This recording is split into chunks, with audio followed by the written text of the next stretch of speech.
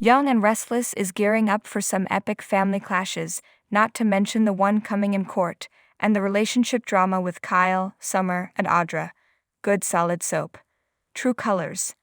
At long last, Diane is finally starting to show her true colors. How? Well, the writers gave us a little glimpse at her priorities when they had Billy suggest that her resignation would throw cold water on the family war that is heating up.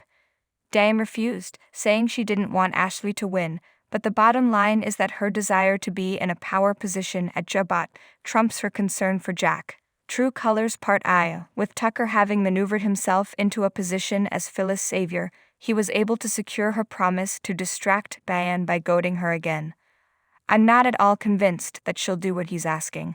There's every chance she'll turn the tables on him once she's free of the charges against her, but if she does participate, even for a short time, I suspect that Diane's facade will fall away with far less provocation this time.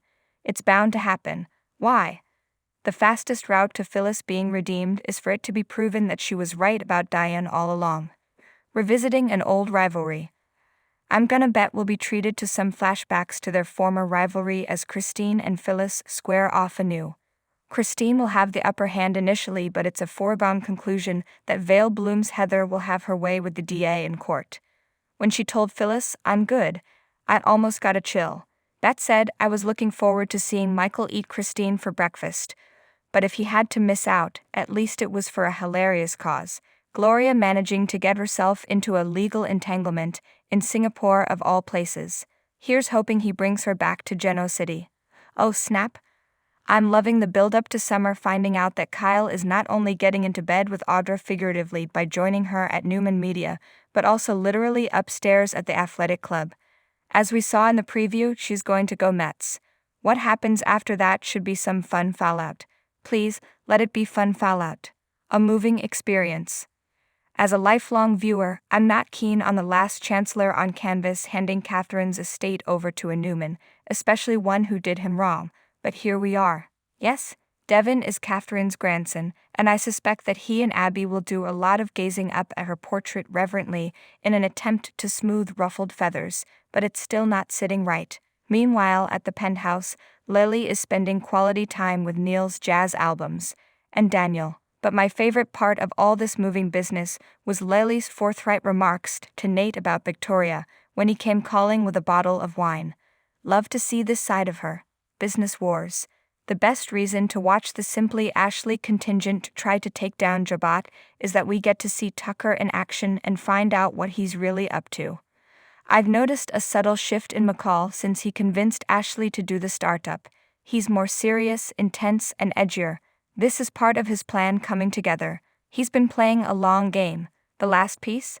He has to convince Ashley to marry him, so he has more legal rights. Hence the push for her to admit she loves him, etc. Do you think Tucker is the hopelessly in love puppy nipping at her heels that he's been portraying? One thing on the Abbott side that has been interesting in this storyline is the switch in dynamics. Billy has become the voice of reason while Jack is being triggered and reacting emotionally. Business Wars Part I. The Newmans are on a collision course, and according to a preview in Sod, Victor is set to make a power move. Eric Braden teased Victoria's comeuppance earlier this week, and it all gets underway during a family meeting at the ranch. Victor is sick of his children's shenanigans and personal agendas and intends to put a stop to it. I'm feeling torn about it. On one hand, I've been waiting for Victor to take back control, but on the other, I'd love to see Adam and Nick team up and go after Victoria without interference from their father. What are your thoughts? How Sharon got her groove back. I guess we can thank Cameron for Sharon's awakening. She wasn't kidding when she told Nick the near-death experience left her feeling alive again. Not only has she taken over Kirsten Inc. with the intention of using it for good, but she is about to allow herself to indulge in a little sexy time at the coffee house with the younger and very hot detective Chance Chancellor. There's no telling if she'll later find herself in a totally unexpected love triangle, but for now, I'm just going to enjoy the love in the afternoon. This is my opinion. Feel free to share your thoughts on the past week of Young and Restless in the comment section.